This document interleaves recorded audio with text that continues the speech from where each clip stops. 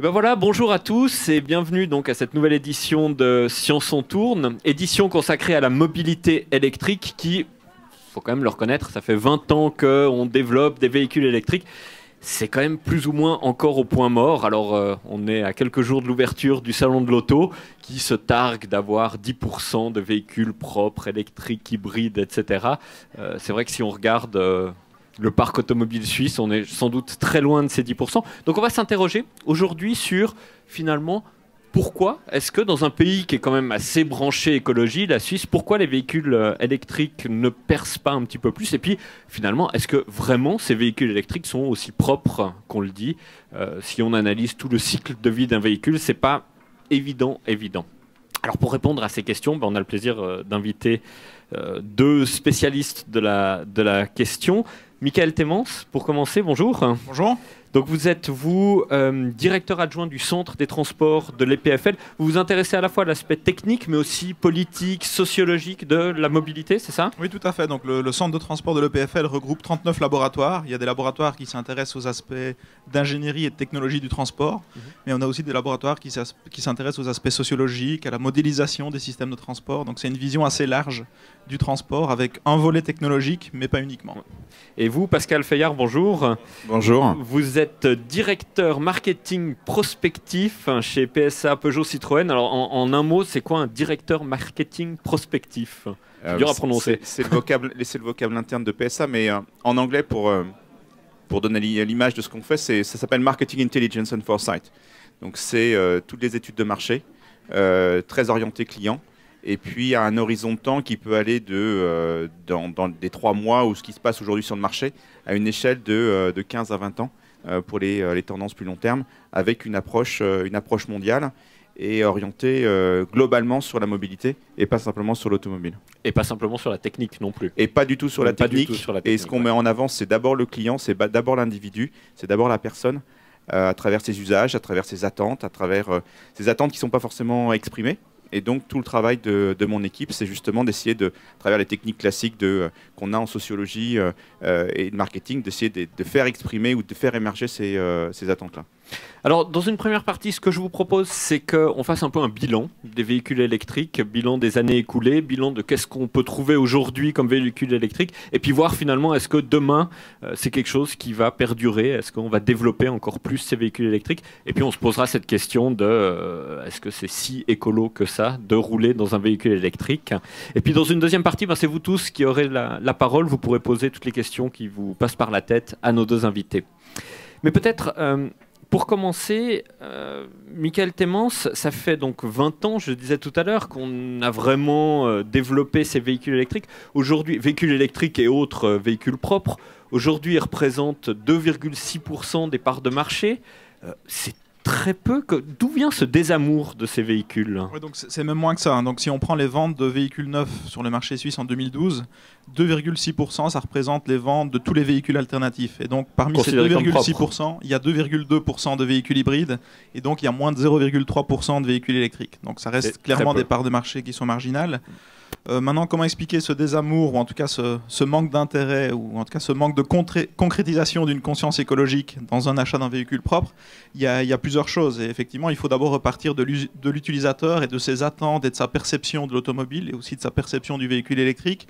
On a fait récemment une étude sur l'acceptation des véhicules électriques en Suisse, et il y a des choses assez claires qui sont ressorties. Le premier point, c'est l'autonomie. On en parle beaucoup d'autonomie, je pense qu'on aura l'occasion d'en parler tout à l'heure, mais c'est quelque chose qui est plébiscité à 75% par les Suisses, donc 3/4 des Suisses qui estiment que c'est le frein majeur au passage d'un véhicule électrique, parce qu'au jour d'aujourd'hui, on est dans une mentalité où on souhaite un véhicule qui permette de répondre à tous nos besoins de mobilité, aussi bien une mobilité quotidienne au jour le jour qui est peut-être faite de petits trajets, mais aussi de pouvoir faire des grands trajets en famille le week-end ou autre.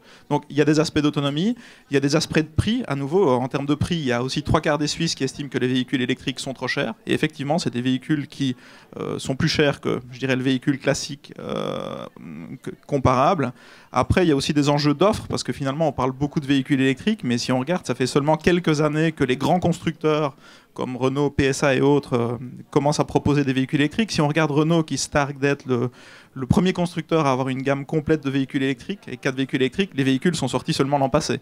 Donc il y a aussi une question d'offre, il y a une question de manque de développement de la filière, les bornes de recharge, les services, etc. Donc il y a plusieurs facteurs finalement qui expliquent ce désamour, ou en tout cas ce manque d'engouement pour le véhicule. Et pourtant, on est quand même très sensible à l'environnement en Suisse. Donc, j'imagine que dans d'autres pays où l'environnement n'est pas une priorité, vous observez que c'est quasi inexistant, ces véhicules électriques. C'est mondial. C'est-à-dire qu'il n'y a pas de différence entre tous les marchés dans le monde. Quand vous dites que ça fait 10 ans ou 20 ans qu'on parle de véhicules électriques, je voudrais simplement rappeler qu'en 1910, il y avait un tiers de la production mondiale de véhicules qui étaient électriques. Alors évidemment pas dans les chiffres qu'on a. Un autre tiers, c'était les véhicules thermiques, et un autre tiers, c'était les véhicules à vapeur. Que le premier véhicule qui a passé la barre des 100 km/h, c'était un véhicule électrique. Et que pour la petite histoire, pour comprendre pourquoi il y a beaucoup moins de véhicules électriques, on n'a pratiquement plus, c'est que en fait, le véhicule thermique a une capacité à intégrer un grand nombre de technologies. Et quand Thomas Edison, au milieu des années 10, a développé une nouvelle batterie spécifiquement pour les véhicules électriques, et ben ça a permis aux véhicules thermiques, en tout cas aux ingénieurs, d'inventer le démarreur avec une batterie, et donc de pouvoir démarrer les véhicules thermiques sans avoir au risque de se casser le poignet avec la manivelle. Donc, et ça donne bien en fait la perception des choses. C'est que ce qu'on attend tous en tant que véhicule, c'est de la polyvalence, c'est du seamless, c'est pas d'embrouille. Et quand vous avez en référence un véhicule qui est aussi polyvalent, aussi simple d'usage que le véhicule thermique, peu importe la technologie, vous allez vers ce choix-là. Et ça, c'est vrai partout dans le monde. Et qu'il y a un professeur de l'école supérieure de commerce de Paris, Frédéric Ferry, qui a une théorie qui est sur les technologies éternellement émergentes, ou technologies éternellement en voie de disparition. Donc vous avez le véhicule électrique, technologie éternellement émergente. Vous reprenez des images de la Seconde Guerre mondiale, ou juste après, où il y avait des problèmes de contraintes énergétiques. Vous aviez une vague de véhicules électriques. Et de manière récurrente, tous les 10-15 ans. Jamais, finalement. Ben non, parce que chacun projette la vision, ou de manière un peu dogmatique, de ce que pourrait être un véhicule électrique. Et en fait, il y a toujours, quand les offres arrivent sur le marché, un décalage fort entre les attentes et puis la prestation qui est subie. Et donc régulièrement, tous les 20 ans, tous les 15 ans, on voit de nouvelles technologies qui arrivent, on reparle de l'autopartage, on reparle du covoiturage. Le covoiturage, je voudrais simplement dire que c'est du stop, hein, c'est du hitchhiking, on n'a rien inventé. Et l'autopartage, vous pouvez voir un film qui est assez fabuleux sur le site de l'Institut national de l'audiovisuel français, donc l'INA. Vous tapez véhicule électrique 1968, et vous avez un film de 20 minutes où on pourrait les mettre en couleur, et ça serait la situation d'aujourd'hui. On nous parle de congestion, on nous parle d'autopartage, on nous parle de véhicules électriques, on nous parle de véhicules à pile à combustible, et on nous dit ça va venir demain. Et tout le monde, hein, que ça soit. On continue, ouais, à dire ça aujourd'hui. Mais en même temps, on peut s'imaginer que la technologie évolue pour que les points qui limitent les Suisses, c'est-à-dire l'autonomie, le prix, tendent à disparaître, et puis qu'on ait des véhicules électriques qui soient tout aussi efficaces que des voitures à essence. Vous avez une concurrence qui est extrêmement forte. Les véhicules thermiques ont des prix qui sont maîtrisés. Les gains de consommation qui ont lieu en ce moment et qui vont avoir lieu dans les prochaines années font que dans 10 ans, avec des véhicules faiblement hybridés, on va arriver aux 3 litres au 100. Donc on va arriver vers des émissions de CO2 aux alentours de 50-60 grammes. Et là, avec des prix qui sont maîtrisés, et là, le véhicule électrique, dans un modèle énergétique classique où on mélange du nucléaire, du thermique, n'a plus d'intérêt. Ce que je veux simplement dire, c'est que on ne cherche même pas à faire un véhicule électrique qui réponde à la demande. Par exemple, chez PSA Peugeot Citroën, vous abandonnez ça. C'est la concurrence. C'est-à-dire que les technologies, on ne peut pas mettre en avant une technologie par rapport à une autre. C'est la concurrence entre technologies. Et c'est la manière dont ces technologies peuvent répondre aux attentes des clients. Vous et moi, quand on achète un véhicule, on l'achète par rapport à l'usage exceptionnel. D'accord ? Vous prenez un véhicule, si c'est pour faire domicile-travail, et ben si vous n'en avez qu'un seul, c'est pour faire au moins 1000 km. Et donc, vous n'aurez jamais aucun foyer dans le monde qui prendra le risque de prendre un véhicule électrique pour des voyages exceptionnels. Donc forcément, il y a une comment dire, l'erreur à faire ou l'erreur à ne pas faire, c'est de dire voilà l'usage moyen. Donc cet usage moyen, il est compatible des prestations de véhicules électriques. Non, c'est pas vrai. Quand vous faites vos choix, vous les faites par rapport à vos usages exceptionnels. Ouais. Un bon exemple, par exemple, c'est que si on prend finalement parce que souvent l'Office fédéral de la statistique nous fournit des moyennes. Donc on sait qu'en Suisse, chaque Suisse parcourt en moyenne 19 000 km.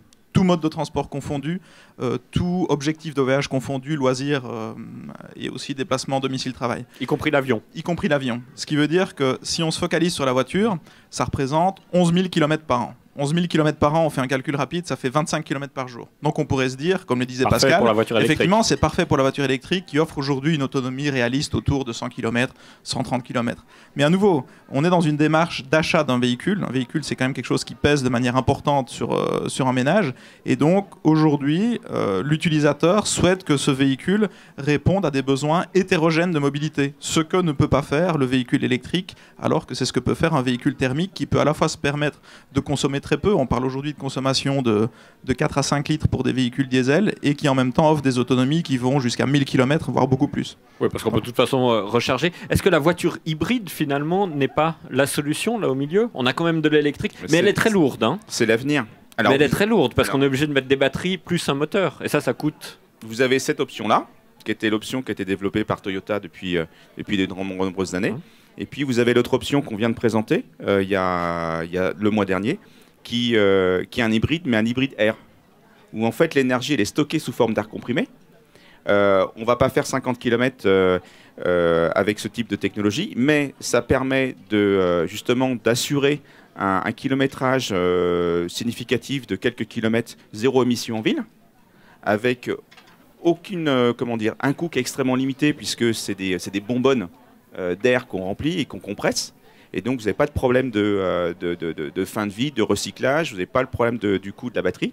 Donc voilà, ça c'est une option de l'hybride. Et quand je parle d'hybride, on peut imaginer différentes choses. Et il n'y a pas que l'hybride électrique. Oui.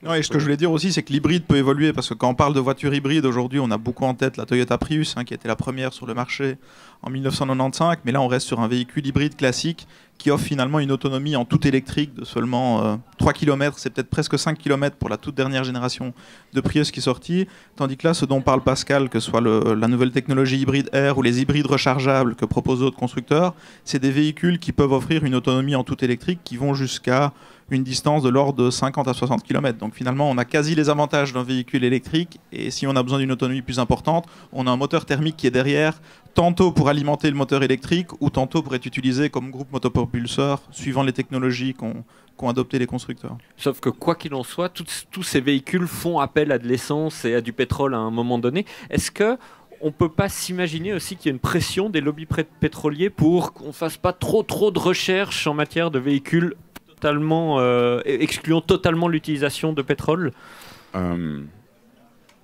Faut pas être très inquiet là-dessus, parce que ce sont pas les compagnies pétrolières qui établissent la réglementation, c'est Bruxelles. On a, nous constructeurs, un objectif de 95 grammes de CO2 émis par kilomètre à l'horizon 2020, et sur l'ensemble de notre gamme. Et le challenge, il est énorme, et parce que pour chaque gramme dépassé, c'est des dizaines de millions d'euros d'amende. Ouais. Donc aujourd'hui, il y a des débats entre les compagnies pétrolières et les constructeurs automobiles, parce qu'en fait, en Europe, de manière spécifique, parce qu'on ne retrouve pas ça dans le monde, il y a une surconsommation de diesel par rapport à la production. Donc les compagnies pétrolières souhaiteraient augmenter la taxation sur le diesel pour pouvoir proposer plus leur offre d'essence. Donc c'est là où il y a Mais les pétroliers sont en fait bien contents qu'on continue à utiliser des véhicules. D'accord, mais en fait, il faut relire le livre blanc de la Commission européenne de l'année dernière, qui dit de manière très explicite que la dernière goutte de pétrole qui sera utilisée en Europe sera pour le transport. Donc transport de marchandises ou transport de personnes.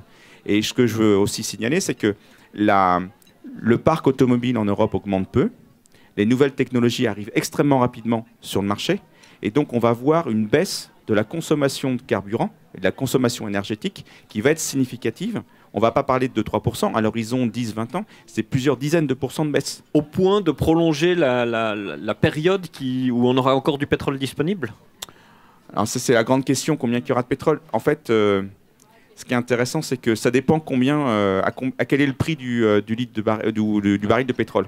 Plus il est cher, plus vous allez pouvoir aller chercher loin, en profondeur, de manière complexe, et ainsi de suite. Et moins on voudra en mettre dans nos voitures. Et moins on voudra. Et donc, en fait, en termes de... vous faisiez référence tout à l'heure à la conscience environnementale et écologique, c'est peut-être le meilleur moyen de faire des économies. C'est-à-dire qu'on s'aperçoit qu'à chaque fois que les systèmes de consommation évoluent, c'est quand, économiquement, il y a une valorisation de la contrainte.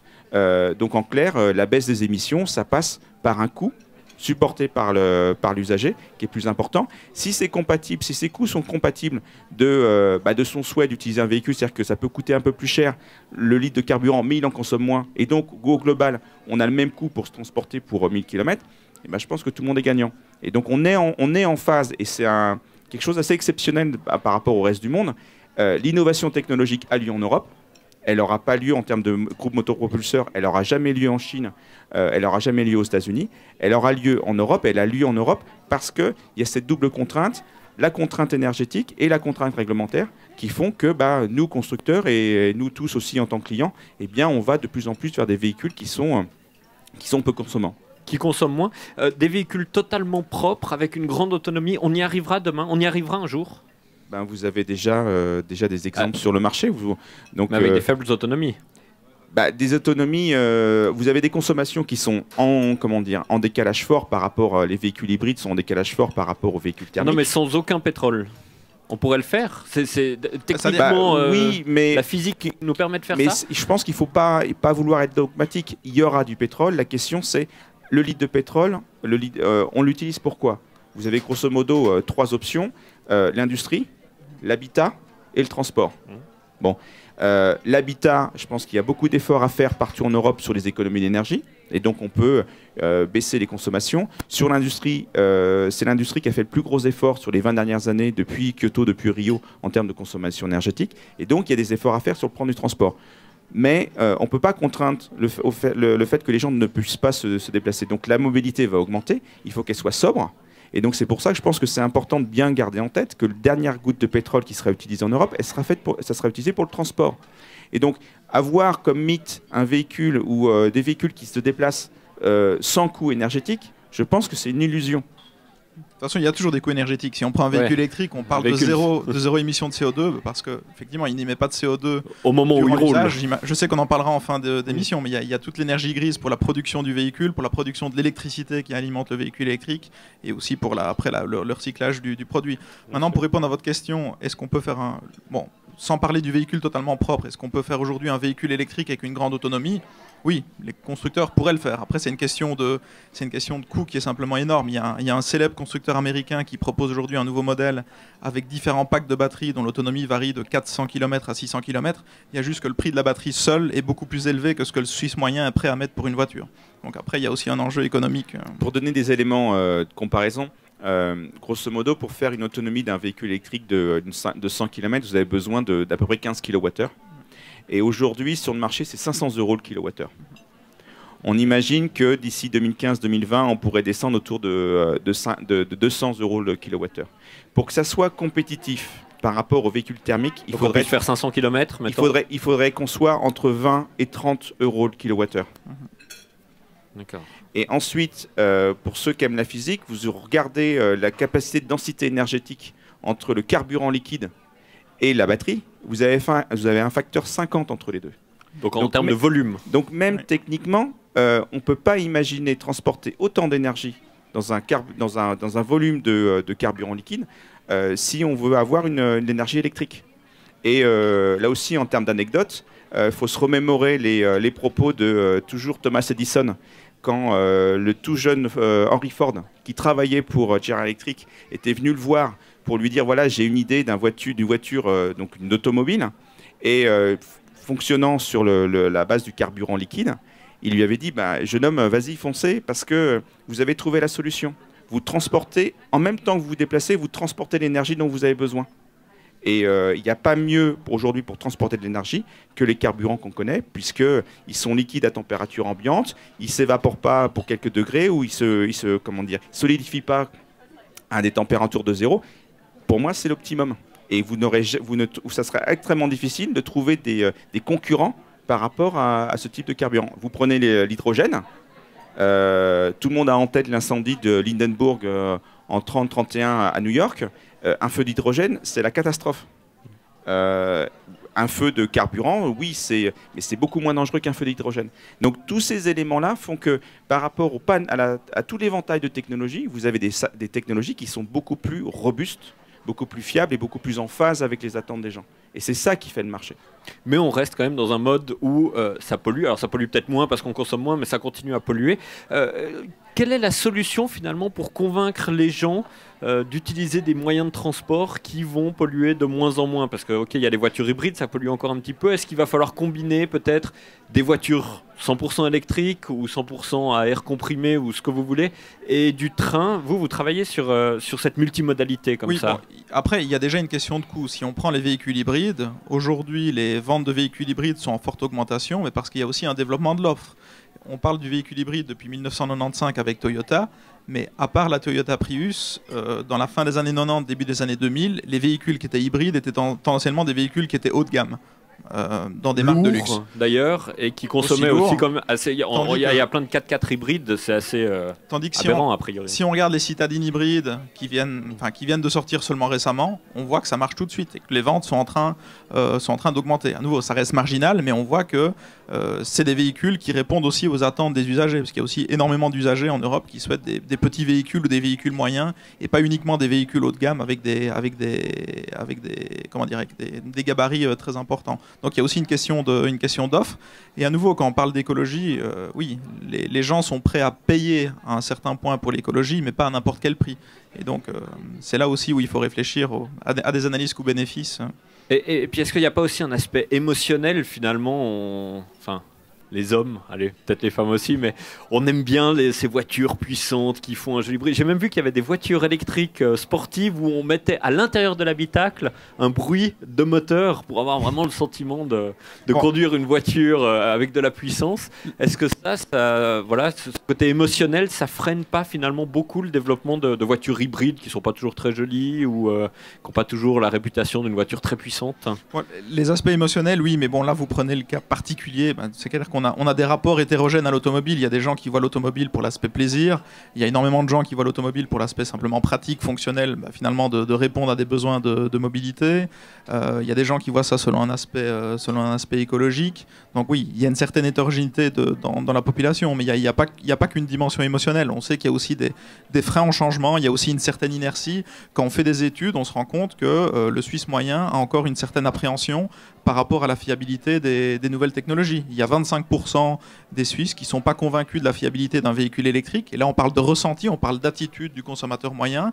Et si on parle d'un véhicule, je disais 25% pour un véhicule hybride, et si on parle d'un véhicule électrique, il y a 40% des Suisses aujourd'hui qui, a priori, ne sont pas convaincus de la fiabilité d'un véhicule électrique. Donc il n'est pas solide, il ne marche pas bien, il va tomber en panne. Il y a des enjeux émotionnels, mais plutôt que j'aime pas tellement parler d'émotion, j'aime plus parler d'attitude et de perception. Et effectivement, il y a certaines perceptions négatives qui sont aujourd'hui liées aux véhicules alternatifs. Et ça englobe pas que les véhicules hybrides, ça concerne aussi les véhicules, pas que les véhicules électriques, ça concerne aussi les véhicules hybrides. Alors quand on parle justement de ces véhicules hybrides et de l'impact sur l'environnement, il y avait eu une étude qui était un peu farfelue il y a quelques années, qui disait que si on compare un Hummer à une Prius, mais en partant de dust to dust, donc de la poussière jusqu'à la poussière, l'énergie grise pour la fabrication, pour la destruction, on arrivait à ce qu'un Hummer était plus écolo finalement qu'une Prius. Alors c'était un peu biaisé parce qu'il disait le Hummer il a une durée de vie de 500 000 km, la Prius elle a 150 000 km. Je pense bien que peut-être la Prius elle fait un peu plus, le Hummer un peu moins, mais enfin ça a permis de lancer le débat. Quand on juge si un véhicule est propre ou pas, on regarde que la consommation pendant l'utilisation. On regarde peu finalement ce qui se passe à la fabrication et à la destruction. Parce que l'impact est faible. L'impact est faible quand on fait des analyses de cycle de vie, life cycle analysis. On se rend compte très rapidement que dans l'automobile, l'usage c'est 80-85% de l'impact environnemental. Donc la fin de vie, la construction, c'est oui. Alors ce que vous mentionnez, je ne connais pas l'étude, ça me paraît effectivement un peu aberrant comme résultat. Je voudrais simplement redire que, en fait, c'est extrêmement difficile pour tout à chacun d'intégrer cet impact environnemental global. vous évaluez, vous choisissez les technologies, en tout cas vous choisissez pas les technologies, vous choisissez l'objet que vous allez acheter par rapport à vos besoins et par rapport à la manière dont vous allez vous l'approprier.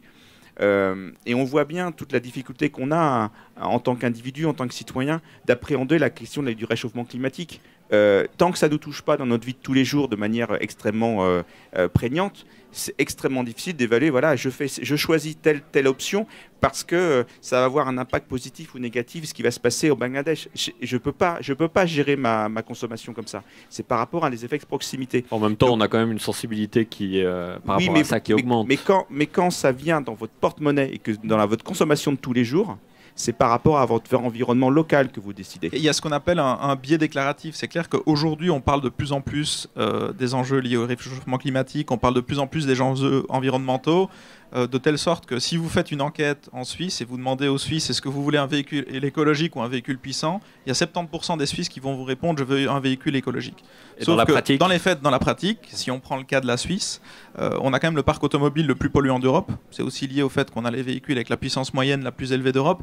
Donc on voit bien, comme le disait Pascal, que c'est une chose de dire ok, je suis conscient des enjeux environnementaux, c'en est une autre d'intégrer ces éléments dans vos choix et dans vos comportements au jour le jour, pas uniquement en termes de comportement de choix d'un véhicule, ça va plus loin en termes de comportement d'usage d'énergie, de comportement de mobilité, de choix de mode de transport, donc c'est plus complexe que ça. Je voulais répondre à votre question sur la partie multimodalité. Je pense que là aussi, c'est un peu comme le véhicule électrique, c'est un peu un fantasme. Le fait que les gens soient multimodaux. Concrètement, quand on fasse un petit bout en voiture, puis un bout en train, puis de nouveau un bout en voiture. C'est ingérable psychologiquement. Les gens qui sont multimodaux, c'est des gens qui sont dans un couloir temporel, c'est-à-dire qu'ils partent de chez eux le matin à une heure précise, à la minute près, ils savent où ils vont. Ils prennent leur voiture, ils prennent le train, à la minute précise, ils savent quand est-ce qu'ils doivent faire leur correspondance. Là, ils sont multimodaux. Dès qu'il y a... Ça existe. Oui. Sauf que pas une illusion. Sauf que dès que... Oui, mais vous êtes dans ce que j'appelle un tunnel temporel. C'est-à-dire que dès que vous avez le moindre dysfonctionnement, votre mobilité part en vrille et vous ne pouvez plus contrôler. Donc en fait, concrètement, quand j'ai la capacité de choisir les modes pour me déplacer, je vais arbitrer entre les coûts et la flexibilité que ça me donne de pouvoir m'adapter aux contraintes extérieures. Donc en clair, vous avez des gens aujourd'hui qui pourraient être multimodaux, mais parce que, notamment, c'est assez fréquent pour les femmes, un certain nombre de femmes disent « Moi, je prends ma voiture parce que c'est le seul moment dans ma vie quotidienne où je me retrouve seul avec moi-même. Je ne suis pas au travail, je ne suis pas avec ma famille, c'est moi par rapport à moi-même et j'ai besoin de ces temps-là. » Donc, vous avez tous ces éléments-là qui font que quand vous voulez vous déplacer, enchaîner différents modes, vous vous dites « Ah oui, je peux faire ça, mais c'est compliqué, c'est plus simple que... » Et donc, en fait, la conclusion, quand on regarde nos comportements, c'est ce que j'appelle, on est multi-monomodaux. C'est-à-dire qu'on veut aligner, on aligne les différents modes de déplacement, le train, le vélo, la marche, la voiture, le taxi, et par rapport à ça... même temps. Et pas en même temps, et on va choisir, on va arbitrer par rapport à nos contraintes. Oui, donc c'est ce que je voulais dire. Il faut voir comment on définit la multimodalité. La vraie définition de la multimodalité, c'est d'utiliser plusieurs modes de transport pour réaliser un même trajet. Maintenant, un comportement qu'on voit beaucoup en Suisse et qui est plus fréquent en Suisse typiquement que dans nos pays voisins, c'est les gens qui sont multimonomodaux. On a typiquement une partie assez importante de gens en Suisse qui utilisent les transports en commun de manière régulière et prédominante pour leur trajet domicile-travail la semaine et qui ont au moins un véhicule sur le côté. Donc on parle de ménage motorisé pour leurs déplacements durant le week-end qui sont peut-être plus des déplacements de loisirs ou des déplacements quand la desserte en transport public est moins bonne. Et effectivement, on a fait des études à l'EPFL qui montrent qu'en fait, il y a deux catégories, pour revenir aux véhicules électriques, il y a effectivement deux catégories de personnes qui sont les plus enclins à être intéressés par un véhicule électrique. La première, c'est les gens qui sont déjà multimonomodaux, donc qui ont déjà développé ces réflexes de pratique multimonomodale et qui savent jongler entre les modes de transport, mais pas plusieurs à la fois, mais qui choisissent un mode de transport en fonction du déplacement ou du type de déplacement qu'ils doivent réaliser.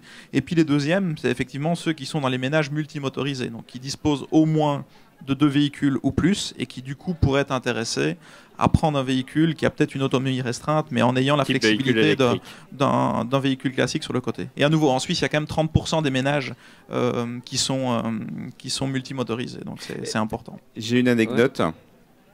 Il y a un an et demi, Citroën a fait une offre exceptionnelle d'un véhicule électrique à 99 € par mois. pour 200 véhicules. Donc, en même pas 24 heures, tous les véhicules étaient partis. Et donc, on a analysé ensuite qui étaient les gens qui avaient pris cette location. Eh bien, c'est des gens qui n'habitaient pas en centre urbain. Quand on dit le véhicule électrique, c'est un véhicule urbain, c'est faux. Les gens qui sont en hypercentre urbain, ils ont déjà tous les choix de mobilité possibles. Donc, ils n'ont pas besoin d'avoir un véhicule en plus. Ils n'ont juste pas besoin de véhicule. Ouais. Exactement. Si, ils peuvent avoir... si, parce que vous avez besoin d'avoir un véhicule pour des trajets, pour sortir les week-ends, pour sortir le soir, pour des déplacements qui sont moins routiniers, qui sont plus exceptionnels. Et le client typique du véhicule électrique, c'est quelqu'un qui habite en zone périurbaine, qui a une mobilité extrêmement routinière et qui est de quelques dizaines de kilomètres par jour. Donc typiquement, c'est la femme au foyer en grande banlieue qui a besoin d'une voiture qui va se déplacer 10-15 km par jour pour emmener les enfants à l'école, aux activités, pour faire... Et c'est tout. Donc c'est le client typique. Donc là aussi, encore un fantasme. Véhicule électrique, véhicule urbain, c'est faux. C'est pas nécessairement vrai. Juste encore une question sur ces véhicules électriques. Est-ce qu'ils sont vraiment si propres qu'on le dit? C'est-à-dire que un véhicule électrique, il faut quand même produire l'électricité à un moment donné. Si l'électricité est produite dans une usine à charbon, qu'il faut la transporter, qu'il faut la stocker dans des batteries, finalement, c'est peut-être moins efficace que de produire sa propre énergie dans le véhicule avec un moteur à essence en termes de pollution. Il y a une étude qui a été réalisée il y a 2 ou 3 ans, je pense, par l'EMPA, donc, qui est notre institut fédéral sur les matériaux, et qui effectivement a essayé d'évaluer l'empreinte environnementale globale d'un véhicule électrique, de sa production à son cyclage, et justement de quantifier l'impact notamment de la fabrication et du recyclage de la batterie, et aussi l'impact de l'énergie grise qui est liée à la production d'électricité. Et en fait, si on parle des batteries, les batteries lithium-ion qui sont les plus fréquemment utilisées aujourd'hui, finalement, toute la filière batterie ne représente que 15% de l'empreinte environnementale, empreinte CO2 du véhicule. Tandis que si on s'intéresse à l'énergie nécessaire pour produire l'électricité, et là ils ont pris en moyenne, un véhicule électrique qui parcourrait 150 000 km au cours de sa vie, selon que l'énergie provient d'une source hydroélectrique ou selon qu'elle provient d'une source typiquement charbon, ou en tout cas un autre mode de production assez important, assez énergivore en termes de CO2, on varierait d'un impact de 27 à 54%. Donc finalement c'est du simple au double. Donc effectivement, là si on parle du degré de propreté d'un véhicule électrique, c'est absolument essentiel d'intégrer la façon dont l'énergie est produite. Et pour faire une petite comparaison, si on prend aujourd'hui le mix énergétique européen, donc finalement la production de courant en Europe, elle provient de différentes filières. Il y a du charbon, il y a du nucléaire, il y a du hydroélectrique. Ils ont fait une petite comparaison et ils ont évalué que pour qu'un véhicule classique thermique, diesel ou essence, soit aussi propre qu'un véhicule électrique, il faudrait qu'il consomme entre 3 et 4 litres de carburant. Sauf qu'aujourd'hui, on est en train de converger assez rapidement vers ces chiffres avec des véhicules thermiques diesel ou des véhicules hybrides, et en particulier hybrides diesel. Ça, c'est en prenant la moyenne en Europe. En Suisse, on a une électricité qui est quand même plutôt propre, hein. Donc on serait sans doute en dessous. Ok, merci beaucoup pour toutes ces explications. Merci. Je crois qu'on peut déjà vous applaudir. Merci.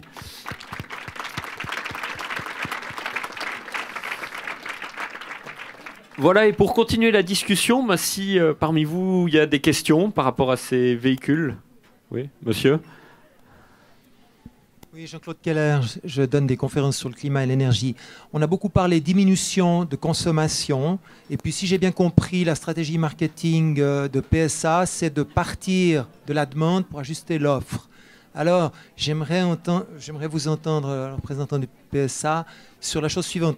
On sait que la masse d'un véhicule est pratiquement proportionnelle à sa consommation. C'est-à-dire vous diminuez la masse d'un facteur 2, vous diminuez la consommation d'un facteur 2.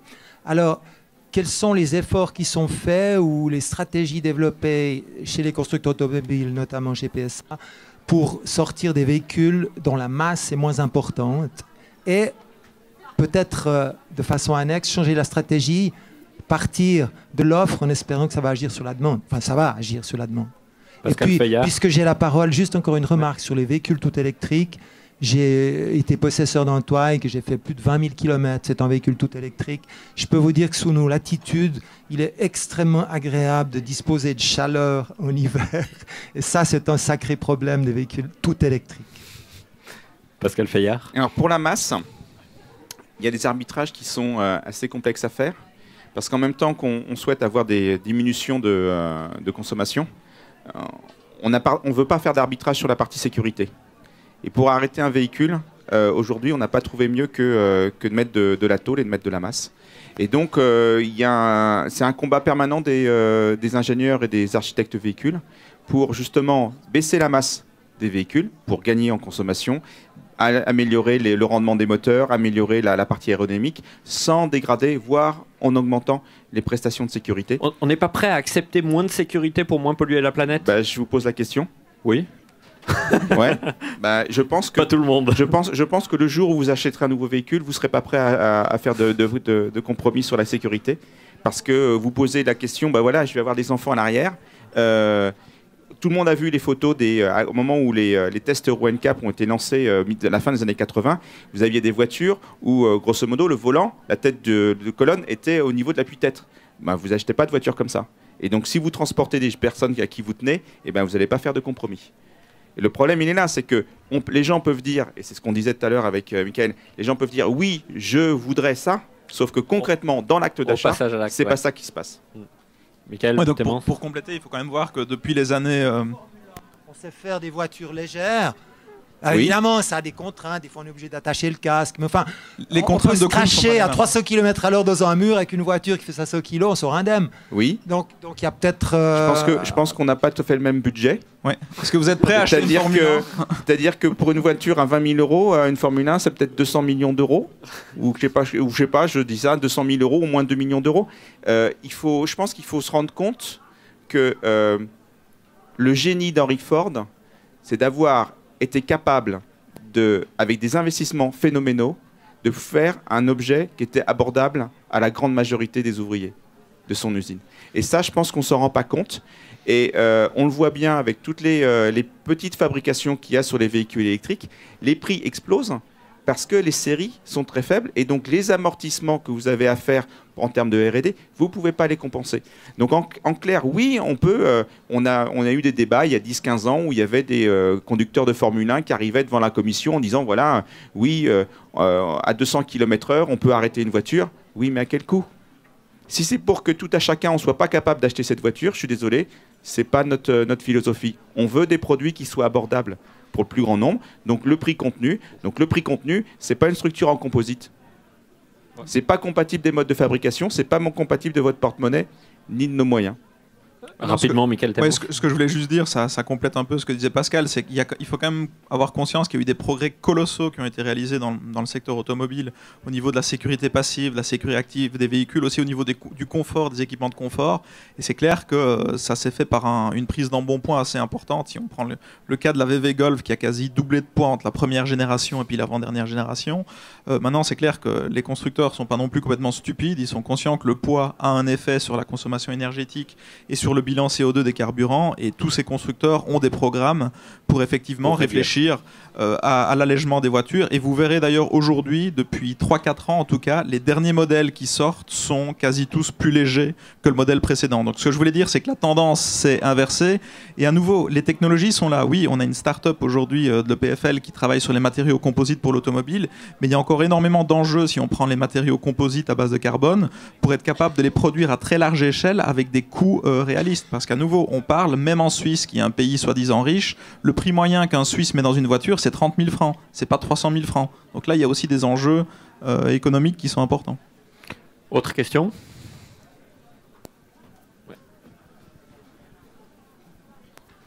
Bonjour. Ma question est la suivante. Aujourd'hui, les alternatives à la voiture tout thermique arrivent et sont complètement développées dans diverses directions.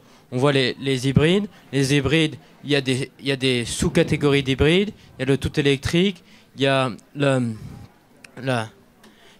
tous ces modes-là. Comment le consommateur va finalement se retrouver pour savoir s'il achète une hybride avec une batterie qui sert à donner un peu plus de punch à sa voiture, ou s'il va plutôt acheter une voiture hybride avec un moteur électrique qui va lui servir à faire un petit parcours lorsqu'il va faire des courtes distances. Comment il va voir finalement avoir une meilleure visibilité sur le marché qui se développe. On va avoir trop de choix finalement, on ne saura plus quoi prendre. Le choix, oui, parce que vous avez dans la partie hybridation, vous avez la technologie, je vous parlais tout à l'heure, électrique ou air comprimé. Et puis ensuite, vous avez des degrés d'intégration de l'hybridation qui peut être de 0 à 100%. En fait, en tant que client, vous avez une multitude de clients. Et c'est là la grande difficulté des constructeurs, c'est que l'hybridation va permettre à plein de clients de pouvoir s'exprimer en termes de technologie et d'énergie. Aujourd'hui, vous n'avez pas le choix, c'est essence ou diesel. Demain, ça va être essence électrique, essence hybride avec un peu d'hybride ou beaucoup d'hybride. Et quand on compare, par exemple, aujourd'hui, ce que propose Toyota sur des hybrides essence, c'est directement en concurrence avec les véhicules diesel. Donc, pour répondre à votre question, comment le client va faire? Eh bien, il va faire par rapport à ses besoins.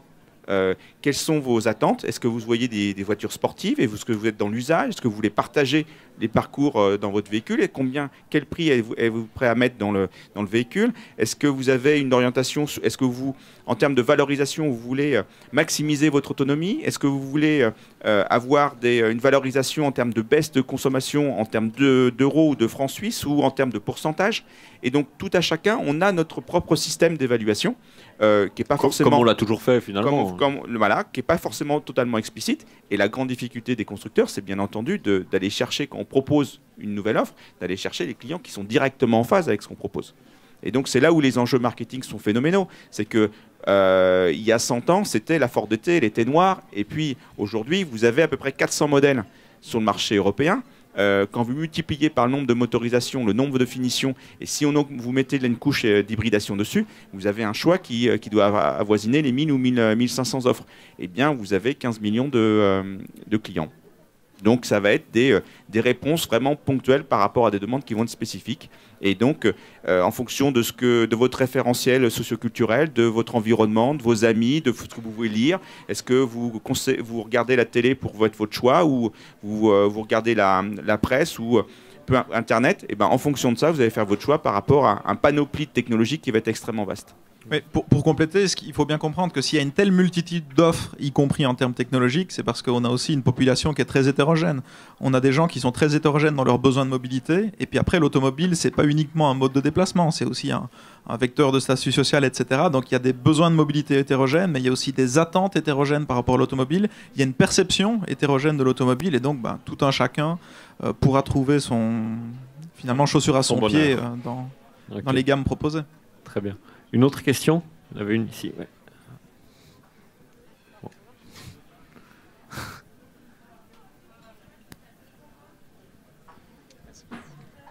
Moi, je suis étonné que vous n'ayez pas parlé du cas de la voiture électrique EV1 qui a été développée par General Motors dans les années 90 et qui a disparu aussitôt pratiquement qu'elle a été mise sur le marché. Alors, est-ce que vous pouvez expliquer pourquoi elle a disparu? J'en ai pas parlé parce que justement, c'est anecdotique. C'est typiquement le genre de choses, à mon sens, qu'un constructeur ne doit pas faire.